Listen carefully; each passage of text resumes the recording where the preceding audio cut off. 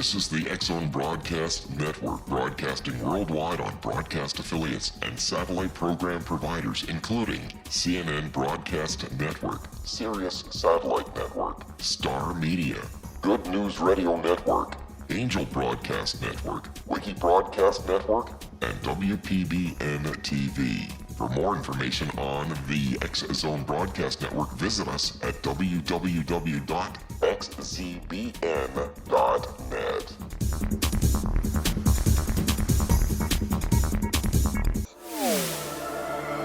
The X-Zone Radio Show with Rob McConnell is largely an opinion talk show. All opinions, comments, or statements of fact expressed by Rob McConnell's guests are strictly their own and are not to be construed as those of the X-Zone Radio Show or endorsed in any manner by Rob McConnell, Relmar McConnell Media Company, the X-Zone Broadcast Network, its affiliated networks, stations, employees, or advertisers.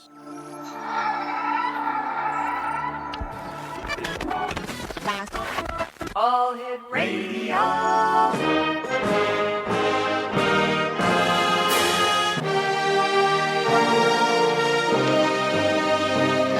Welcome to the X-Zone, a place where fact is fiction and fiction is reality. Now, here's your host, Rob McConnell.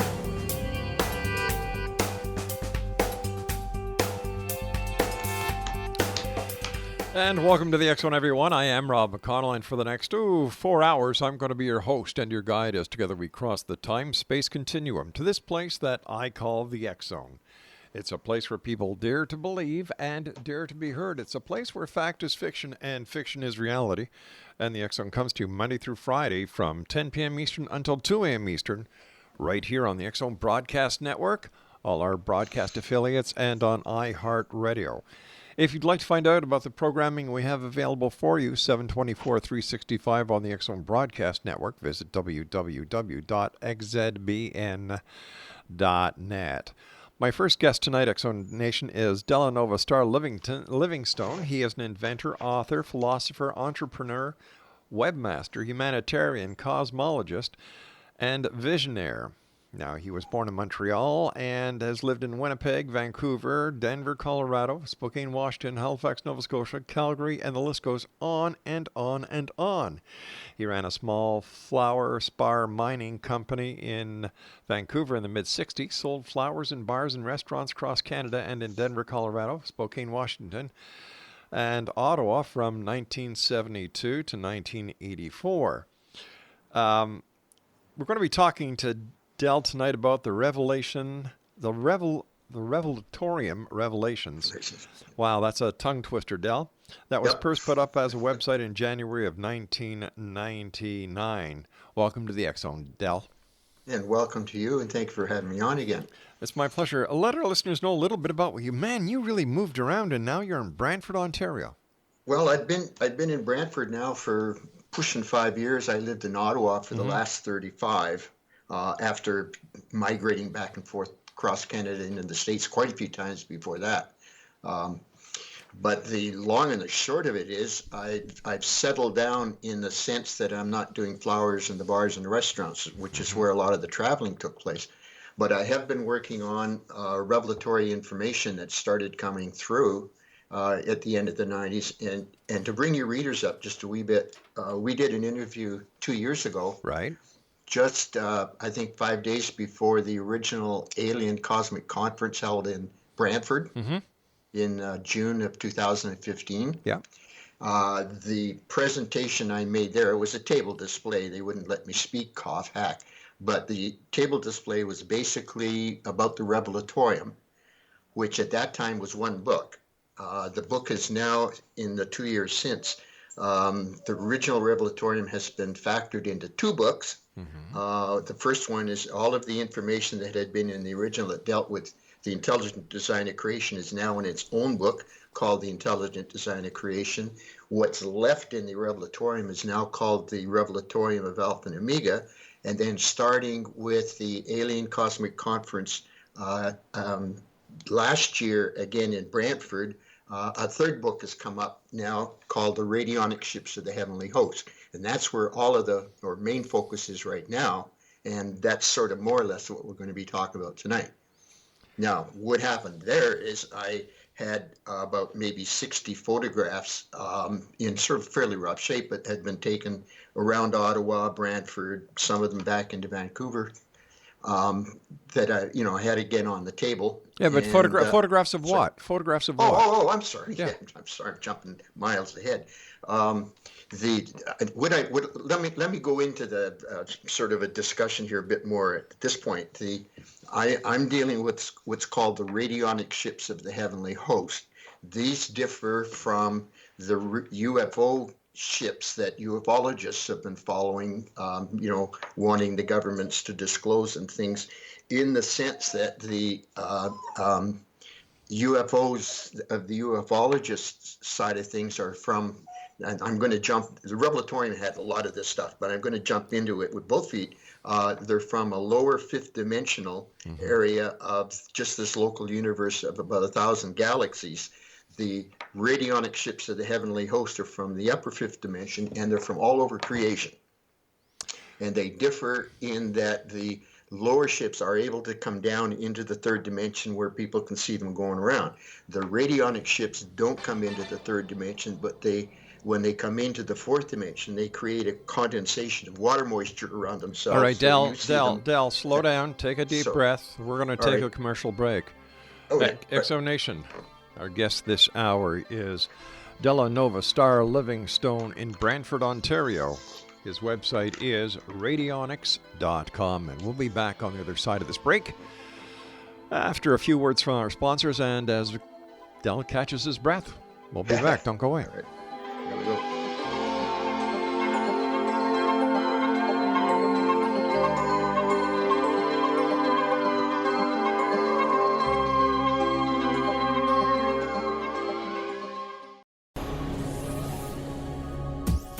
This is the X-Zone Broadcast Network, broadcasting worldwide on broadcast affiliates and satellite program providers, including CNN Broadcast Network, Sirius Satellite Network, Star Media, Good News Radio Network, Angel Broadcast Network, Wiki Broadcast Network, and WPBN TV. For more information on the X-Zone Broadcast Network, visit us at www.xzbn.net.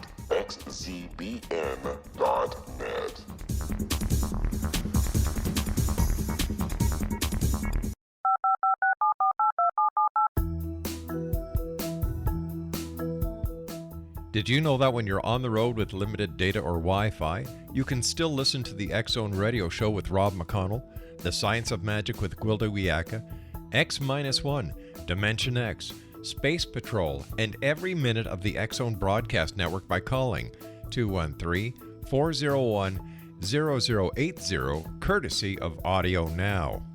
No smartphone, app, or internet needed. It saves your data plan, and it's free if you have unlimited minutes. Call 213-401-0080 to listen on any phone, anytime, anywhere. Remember 213-401-0080 for the best of the paranormal, parapsychology, and sci-fi radio programming anywhere, 24/7, 365.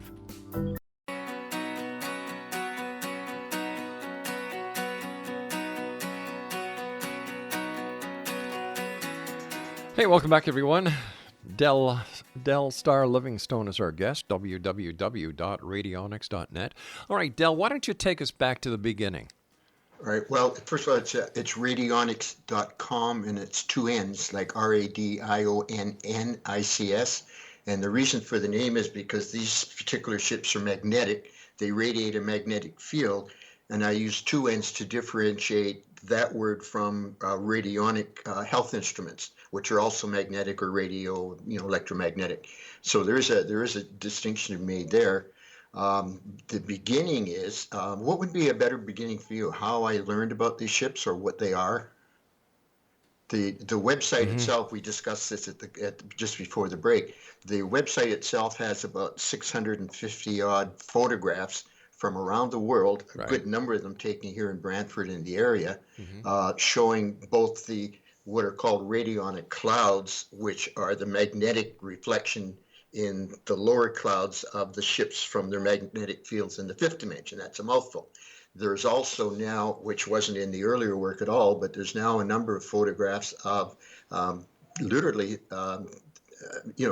flying saucer-like ships, but they're virtual. They're actually condensations of moisture in the shape of the ships. You can throw a baseball and it would go right through them. But for example, on I guess it's I call them stargrams instead of chapters, but stargram 17 has a photograph that was taken from the space station just about a month ago at the middle of September, and it shows three of them sitting right out there. The people that were putting out the photograph through the media thought they looked like smoke rings. They thought that any number of possibilities, even raised the question that they're radionic ships. Well, they're not radionic ships, but UFO ships. Well, I took one look and I said, well, they're radionic ships because I have a photograph that was taken in September, exactly 2 years ago in 2014 in Brentford, who has the two exact same ships that were sitting off the space station, as plain as day. Okay, hold on. Whoa. Slow down. Sure. You're going fast again, Del. Again, I'm a fast talker. I have to slow down.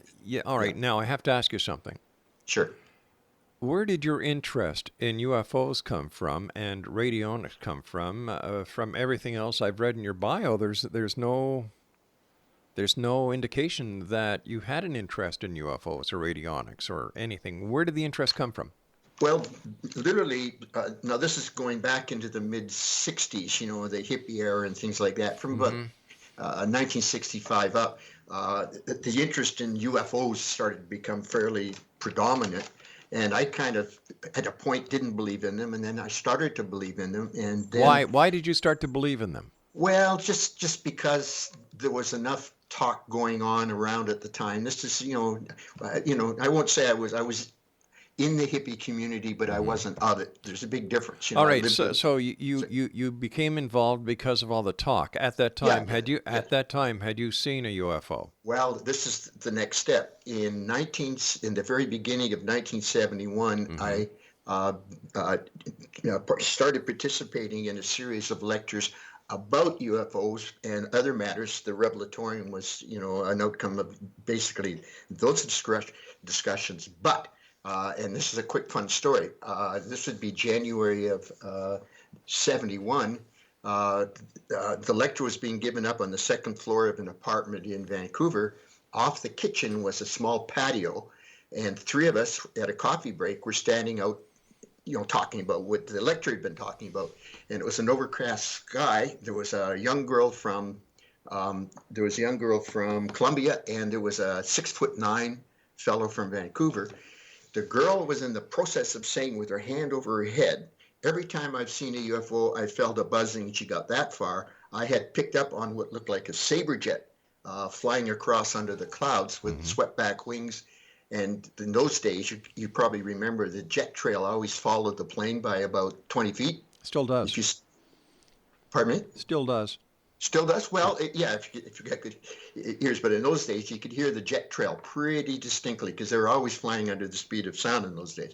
So I went immediately to the jet trail. There's no sound. I went back to the ship. I went back. Still no sound. She's still standing there with half a sentence out her head. The kitchen door opened. The guy giving the lecture stuck his head out with a big grin and said, "Did you see it? Did you see the flying saucer?" And went back in. So, whoa, that was kind of, all right, let's now listen hold on carefully. here. Now I have to ask you a few questions about your sighting. Sure. Okay. The craft, it left a contrail. No, it didn't. It did. No, that's what I'm saying. Okay. It left nothing. It was. Okay. It literally looked like a silver saber jet flying along. Okay. It looked, like a spotlight from the ground on a cloud cover. It's doing an attraction for something, but the spot moves back and forth across the clouds. Well, it was identical to that. It was a saber jet. Only there was no jet trail, and there was certainly no sound behind it. Okay. So it was actually a silver UFO. Is it possible it was an experimental craft? No. How do you know? No, because the guy wouldn't have stuck his head, come out from the kitchen with a big grin and saying, "Did you see the flying saucer?" And going back in, who was talking about UFOs and what they are, why they're here at that exact moment. Then let me ask you this now. Sure. Slow down again, Del. Because I got two more incidences. All right, slow down. Now, based on the fact that the guy came out, stuck his head out, how did he know that there was something in the sky if he did not, in fact, see it? Well, it's because, and again, you're just going to, he was, and this is what with the realization was, he was in tune with those guys right off the top, because there are people that have been here and there and still are today completely directly in tune with them. And he was in tune with them in order to give the information, and then they sort of set forward the original disclosure about the radionic ships. The second time, because this will help a bit on your question there, we're now talking about June of '71. I was living in downtown Vancouver in upstairs of an old Victorian house, and it was I guess wedged in between a bunch of 20, 30-story high-rise apartment towers. So if you looked up the street, it was like a canyon. All, just a little wedge of sky over top. Up. So anyway, I was upstairs, and somebody came running up the stairs out of breath. He said, "Hurry, hurry! There's a UFO right overhead, right overhead." Well, I come down the stairs 7 at a time, out the door, and sure enough, just like a great big molybdenite silver M&M sitting right in the middle between the two rows of high rises. At that instant, the party that was upstairs with me came tumbling out the door. Where is it? Where is it? And it took off just bam, just like that, it was gone. So he wasn't supposed to see them, and I was, because that's the way it works. You will be shown them in the third dimension if you're ready to see them. You can be there, you can look right at them, the guy beside you won't see them. Now, that's been going on for a long time. When somebody's consciousness has reached enough of level where they're going to be shown to confirm their belief and move it ahead, they'll be shown it. That's why people claim they've seen them. Other people say, no, it's a bunch of bunk. When you're ready to see, and they're silver, they're like, all they've done is lower their frequency to the visible, band of radiation, so you can actually see them, but they're virtual. There's not actually a ship there. You throw a baseball, like I say, it goes right through. So they're not solid mass. They are transparent. But they are silver in reflection. They have a silver hue, but you can throw a baseball right through them. Yeah, this is in the third dimension, because most of them are around in the fourth dimension, and they are more in the way of I don't know how to describe it. If you took a saucer-shaped UFO and you replaced it molecule by molecule with a water molecule, then you would have a perfect picture of it, but in water vapor form, moisture form, rather than in metal form or whatever substance. But that's exactly the website. Chapters 16 and 17 has all kinds of them, including these ones off the space station that are, I call it condensate. They're in a condensate form. Okay. Now there's all kinds of them up on the internet. UFOs, and they're condensates. But people don't differentiate the difference. They just let's be honest, Del. Sure. The internet is the biggest septic tank that God has ever created. There's more shit in it than anything else. There's a technique called wheat from the chaff. If you know, there's also a saying that says drugs kill. I know that. I stopped smoking absolutely categorically and undeniably in February, Valentine's Day of 1970. Well, good for you. By the time 71 came around, I had been, cleared my consciousness, because 6 months you can feel the after effects of that stuff coming out of your system, day by day, more and more. So by the year later, I was purged of enough of the, the depressive, not depressive, but the consciousness suppressing effects, enough that I was able to start seeing things a lot more clearly. I was basically literally yanked out of being I managed a rock and roll band, a hippie rock and roll band through the end of the 60s. That's why I say I was a hippie, not of the world of hippies, but in it. And we smoked a lot, I have to say. But again, that's water under the bridge and long ago. Sure. So the thing about marijuana, the medical side, I cannot, under any circumstances, drop the significance of medical marijuana, because I've seen it happen, and even to myself. It does what it's supposed to as far as medical is concerned. Sure. But recreational use is a no-no. Yeah. Because it dissipates your energy, it drops your frequency rather than brings it out. And in particular, there's a lot of, you've probably heard this expression, negative psychic astral imposition, the negative stuff that comes in. You've talked with people that talk about that. Well, marijuana, when you're using it for frivolous reasons, will allow that stuff to come in. If you go to, when you go into, if you're stoned, you go into like a club or somebody's house, it feels warm and inviting. That's why the hippie club. But if you're straight, you're not a smoker, and you go to those places, they feel cold and clammy. And there's your tip-off right there. Wow. They feel cold and clammy. The same place. Okay, so let's get back to the ships here. Well, now, the most interesting one. This happened in '73 when I was down in Denver. The lecturer was now giving lectures down in Denver. This is over a period of about a year, and some of us had come down from Vancouver. Now we're going to go back up to Vancouver. So the morning we were leaving, he held a barbecue in the backyard as a send-off. This was around 10, 11 in the morning, 10 in the morning, 11 and so on. Right overhead, about 1,000 feet up, there was an absolutely perfect cigar-shaped cloud with fuzzy, vibrating edges. Right. It wasn't a cumulus cloud. It was the only cloud in the sky. That's the key. There was nothing else in the sky, clear blue, except for this one long cloud. About 11 o'clock, said, well, all right, I guess we go. So the ones of us going back to Vancouver, hopped in the car. We headed north on, I think it was I-40 or whatever it was, due north out of Denver. Right. And they decided that he and his wife hopped in their station wagon and came out behind us to give us a send-off. We come out about 40 miles. That cloud was right over top of their car. Now, at that point, they waved, honked, did a U-turn back over the meridian and headed straight back into Denver, and the cloud went straight back with them.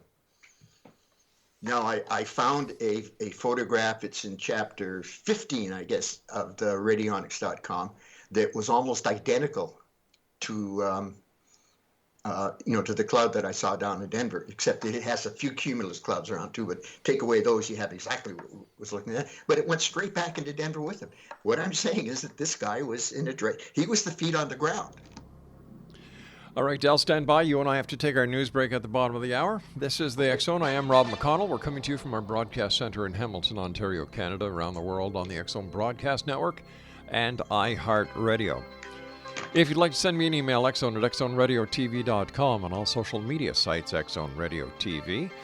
And for all the programming on X Zone Broadcast Network, visit www.xzbn.net and simultv.com.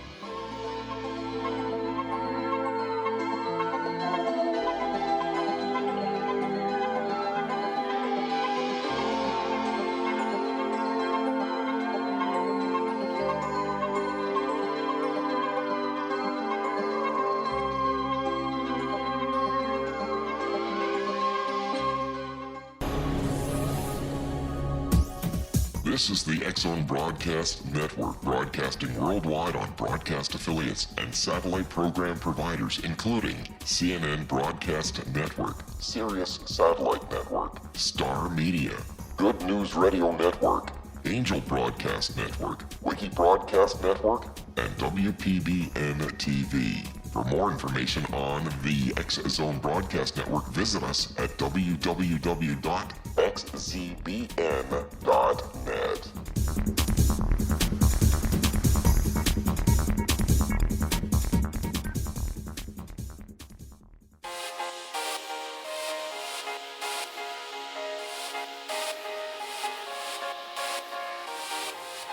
www.radionnics.com, that's RADIONNICS.com, is Del Starr Livingstone's website. And, okay, so what is the difference as where UFOs come from and where these radionic ships come from?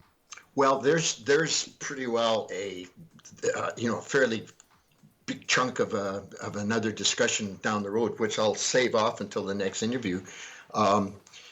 Everybody has heard about the Luciferian rebellion without knowing, or Lucifer, especially the religious people, without having a good idea what's going on there. The real short and skinny version is that 5 billion years ago, in this local sector of 1,000 solar systems, the administrator of it, who was name was Lucifer, Delahnnovah's son. The bottom line of creation, throughout creation, is the fifth dimension. There is no life in the third dimension anywhere. If you go through the Revelatorium and intelligent design, I'll explain why, but there's a perfectly good reason. Anyway, he had figured out a way to be able to bring life down into the third dimension, presumably, in his view, to speed up the evolutionary processes and help things along. He was told not to proceed because those steps would interfere with steps that would be coming in down the road, namely now, and so not to do it. But free will is sacrosanct. Even the highest of the highest of the highest beings in creation have free will to do whatever. Usually they work with the creators and not against them. But Lucifer decided this is such a good idea, I'm not going to let it go. So his free will choice was to go ahead and do it anyway. And it caused a lot of problems. It was officially called the Luciferian self-will rebellion of the cosmic overplus. Self-will because what he did was, instead of your consciousness being of love and service to the creators, which is the whole principle of Christ, the Christ principle, what Jesus was teaching 2,000 years ago, without getting religious, because they don't know what really happened then. But nonetheless, he said, well, if we orient the consciousness to this outer ego self, we can boost it up and then make it a standalone that can go back up into the fifth dimension and be free from their obligation or ties to the rest of creation as a standalone entity. And that's why it was called a self-willed rebellion. And that's what they did. They did it, and the rebellion was allowed to run on its own until 2,000 years ago, when it was finally reached a point of stagnant dead end where nothing more could come out of it that was in any way useful. So Christ on the Mount put an end to it. At that point, all of the UFOs that have been running around that had been generating out of these lesser Luciferian frequencies, there was about 1,000 of them around Earth, they were quarantined here. They can't get out because the Van Allen radiation belt won't allow teleportonic jumps. Now, most of the people that are into UFOs know that there's Slow down, Del. Slow down. Take a breath. Slow down. Right. Most of the people that or a lot of the people you read on the internet are aware of the fact there is a quarantine of some kind in effect. Well, the UFOologists are looking at these ships, which can come down into the third dimension. They do abduct because they're trying to find a way through the DNA, human DNA, to see if they can get out of that quarantine. And so it goes. The Radionnic Ships of the heavenly host, and there's your key, the heavenly host, because these are the same ones that have been throughout the Bible. The Bible talks, if you do a Google search for clouds in the Bible, you'll get couple of dozen different links, different results. And, clouds here, clouds there. We who are on the ground or alive will be taken up with those in the clouds. When he cometh again, he returneth, he will cometh with clouds and so on. Okay, all right. Well, we're going to take a breather here because you're going way too fast again. Oh my goodness. All right. All right. Now you've got to go slow. All right. Yeah, because but people, my so. producer can't understand what you're saying. And if he can't understand, our listeners aren't going to understand. Can't understand. All right. Okay, now I have to ask you, and I want you to take your time answering these questions. Where did you get this information from about the Radionnic ships and, the billion years ago and where did you get this information? Well, the teachings that took place in the early 70s, the point or the purpose of the teachings was to teach you how to become your own source of information by asking and being able to understand your responses. Okay, now what courses? Well, it's called a Christ teaching. Christ teachings teach you how to, the Bible says, ask and you shall receive.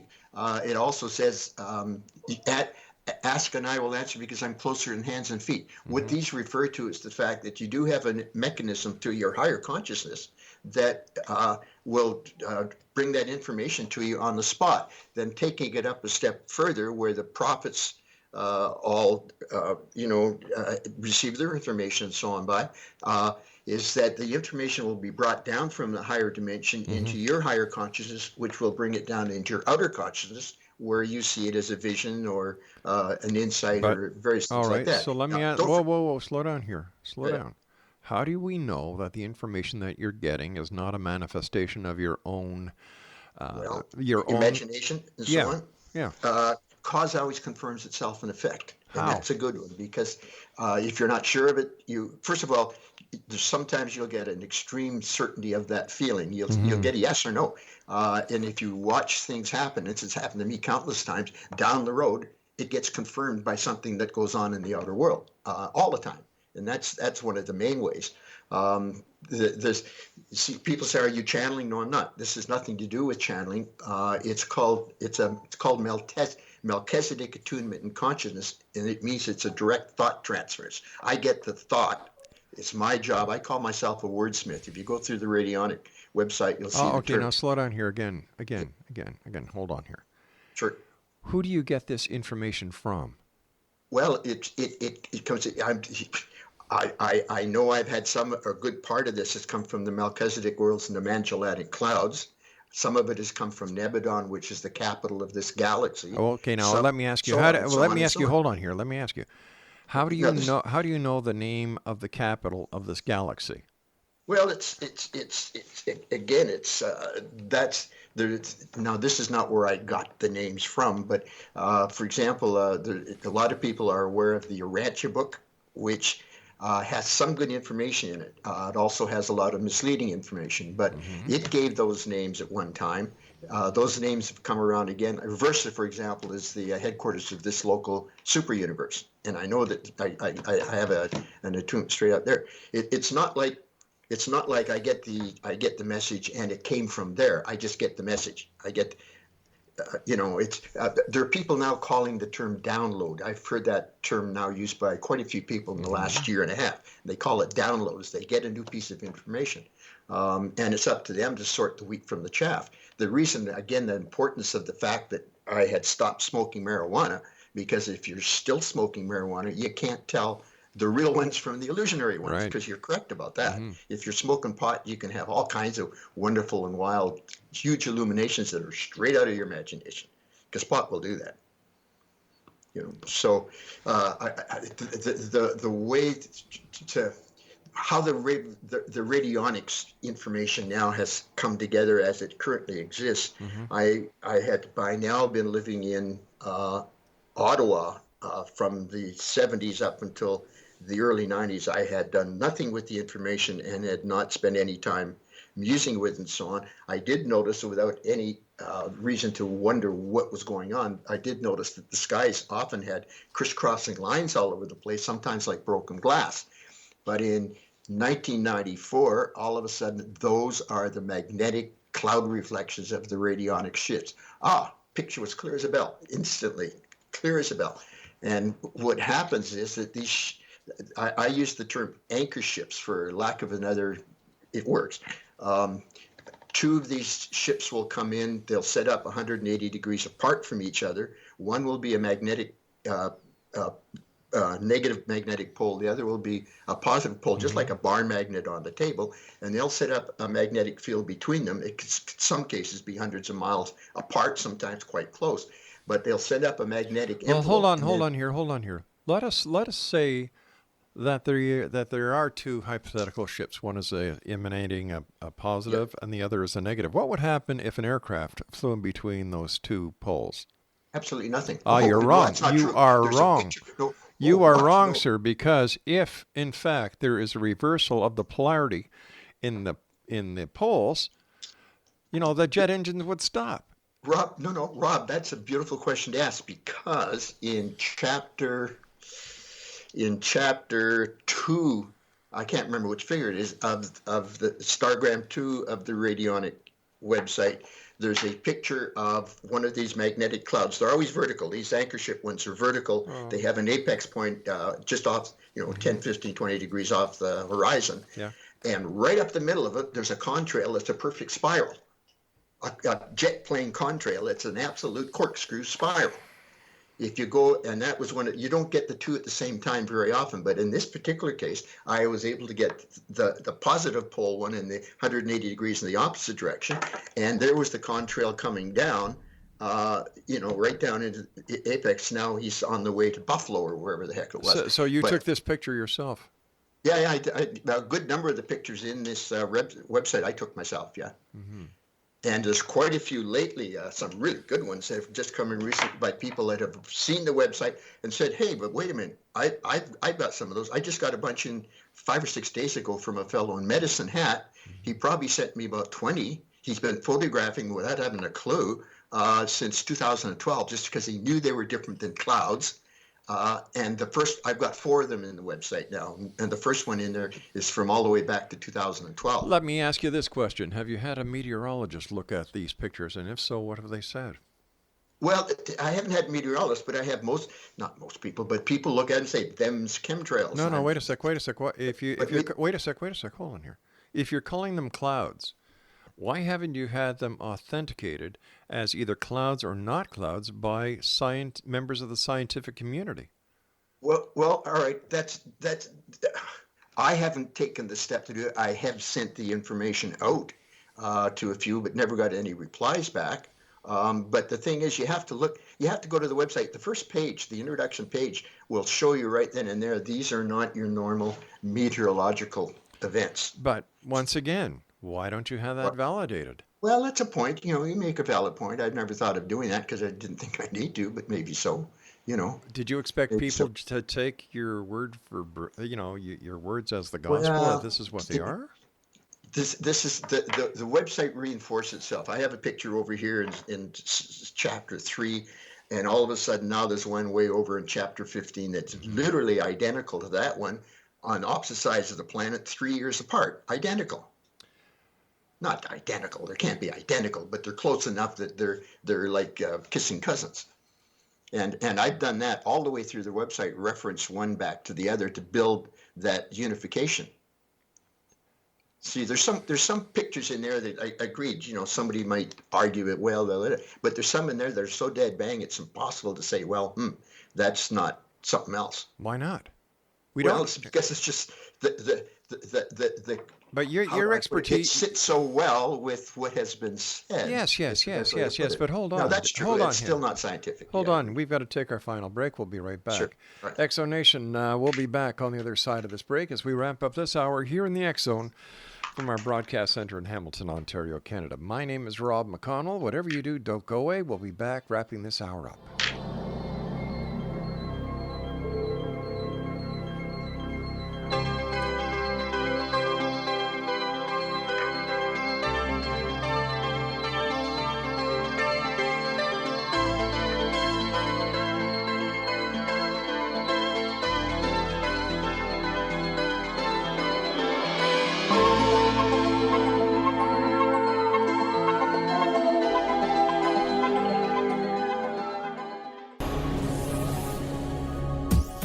This is the X-Zone Broadcast Network, broadcasting worldwide on broadcast affiliates and satellite program providers, including CNN Broadcast Network, Sirius Satellite Network, Star Media, Good News Radio Network, Angel Broadcast Network, Wiki Broadcast Network, and WPBN TV. For more information on the X-Zone Broadcast Network, visit us at www.xzbn.net.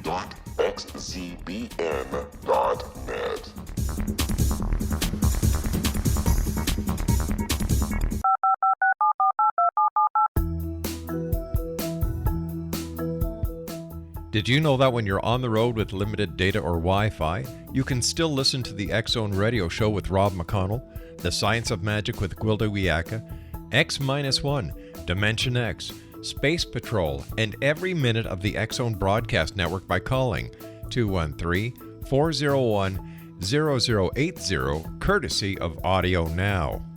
No smartphone, app, or internet needed. It saves your data plan and it's free if you have unlimited minutes. Call 213-401-0080 to listen on any phone, anytime, anywhere. Remember 213-401-0080 for the best of the paranormal, parapsychology, and sci-fi radio programming anywhere, 24/7, 365.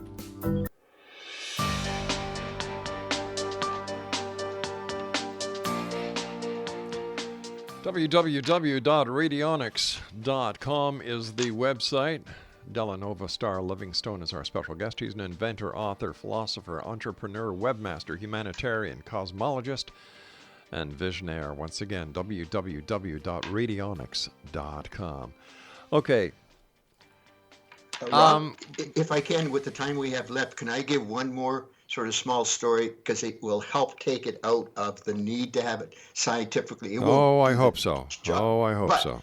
But I had, this is now pushing 2014. I had befriended through the internet, because he had spotted some of this stuff, a friend in Kampala, Uganda, who had sent me actually 4 or 5 pictures that he'd taken, again going back 2013, 2012, and so on. But we had also been discussing these nighttime downloadings, and he sent me a fairly long email one day and said he had a fairly interesting event the night before. He had been talking at length with somebody who was queuing him up about something. I have no idea what it was. But anyway, when he was finished, he says, I'm going to have to tell Delahnnovah that. And the party in the vision said, he said, say hello to Delahnnovah for me while he waves with his right hand. And that was the end. So he sent me that. That's a very odd communication. The point of it is, though, that I had moved from Ottawa after seeing these crisscrossing. By 1994, I knew what they were. But I had been in Ottawa without doing anything about it again, because it wasn't time yet, evidently, all the way through to 2013. Beginning of 2013, I moved to Brantford. And for a year, 14, 15 months, there was nothing in the sky whatsoever. And I thought, oh, no, left them all behind in Ottawa and, whatever. So 11 days after I got that email from my friend in Kampala, I woke up one morning, out the back window, there's one sitting wall to wall. First one I saw in Brantford, absolutely magnificent, wall to wall, one end to the other. And oh my goodness, the light bulb didn't go off. The next morning it was still there. The light bulb went off, so I went out and waved with my right hand. Now that's pretty tough to put down into a scientific inquiry. Well, I've had my producer and one of our researchers go through your website and look at the pictures of the clouds, and they're just cirrus clouds. That's because the ionic magnetic effect takes place in the Sirius clouds, because most of the time you don't see them. Even though the ship is there, it's only when a Sirius cloud moisturization moves through, they'll change into the magnetic field reflection, and then when the moisture moves through, it's gone again. And that's why you very seldom see both at the same time, because you'll see the right-hand one, call it right-hand one, and then it'll come and go, and then the left-hand one, because the cloud keeps on moving, will suddenly flare up and they'll be gone. They can come and go within 20 minutes. Well, some of them will my producer hours at a time. My producer and researchers also sent me a website to go and check out. That's the NOAA, the NASA Skywatcher chart, and there are a number of clouds that look like the clouds that you have on your website.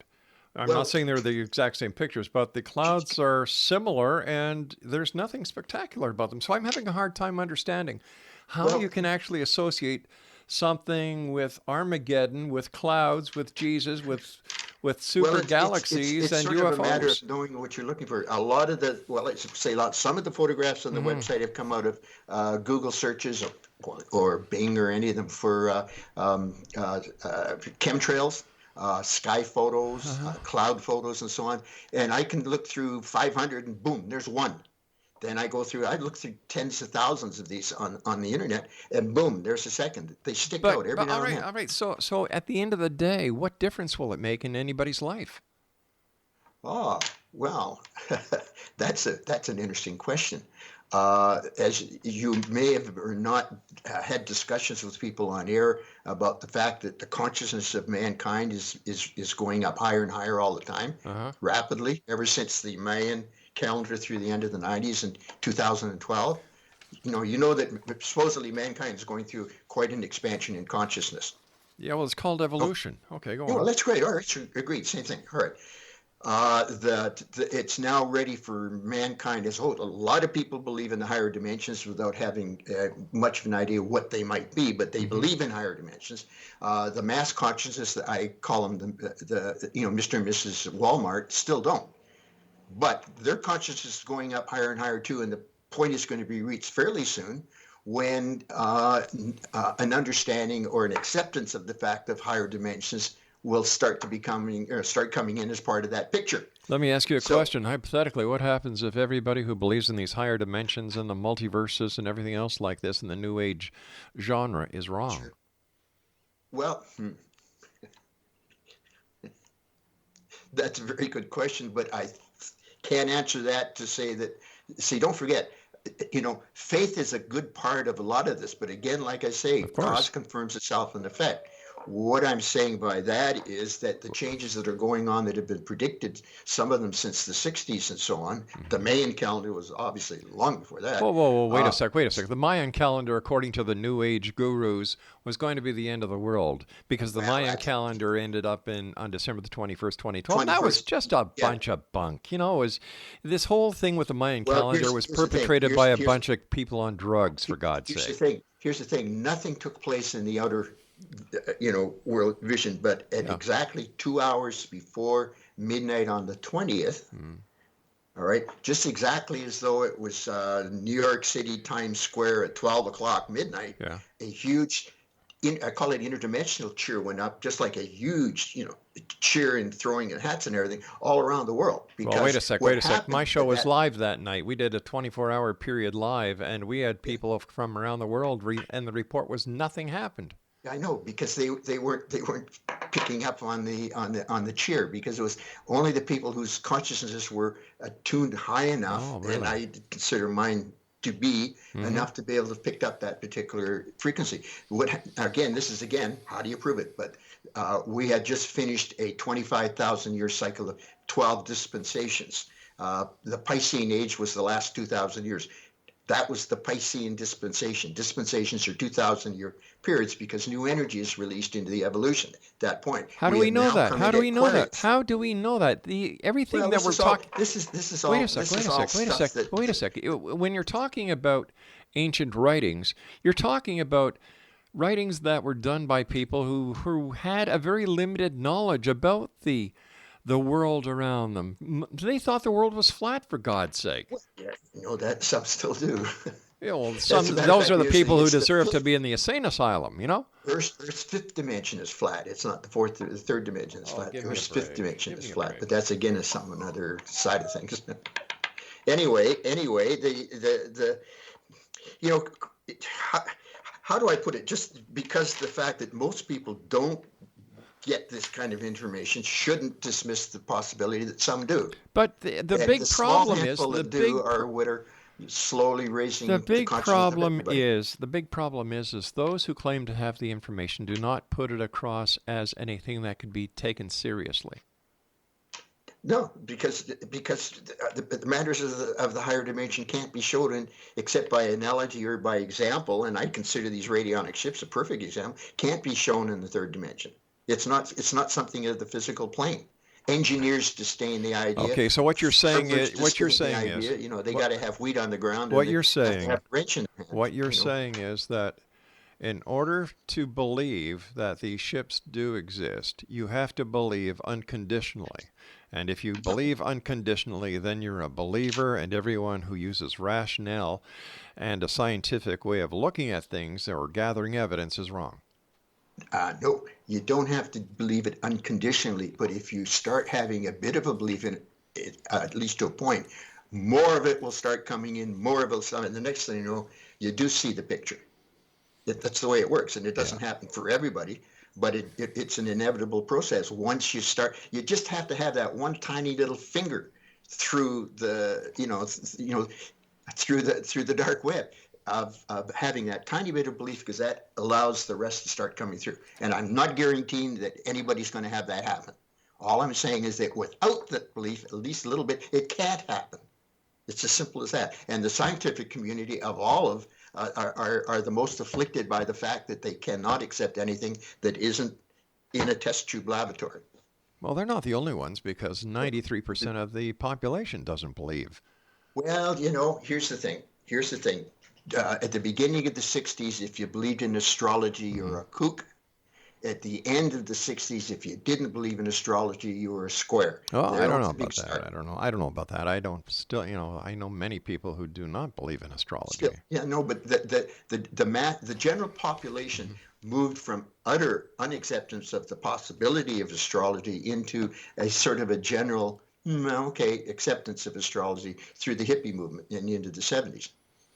Now just about everybody talks about astrology sort of as part of conversation. Oops. Not where I come from. That's a start. All right. Thanks very much for joining us tonight, Del. It's been a rather interesting conversation, to say the least. Thanks very much, Craig, for saving me on this one. Hippie, drug use, clouds, UFOs, radionic ships. I don't know. I really don't know. Not to mention the dog whining in the background.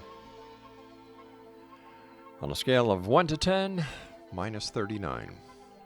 We'll be back on the other side of this break as we continue here in the X Zone from our broadcast center in Hamilton, Ontario, Canada. Whatever you do, don't go away, I promise. We'll be back.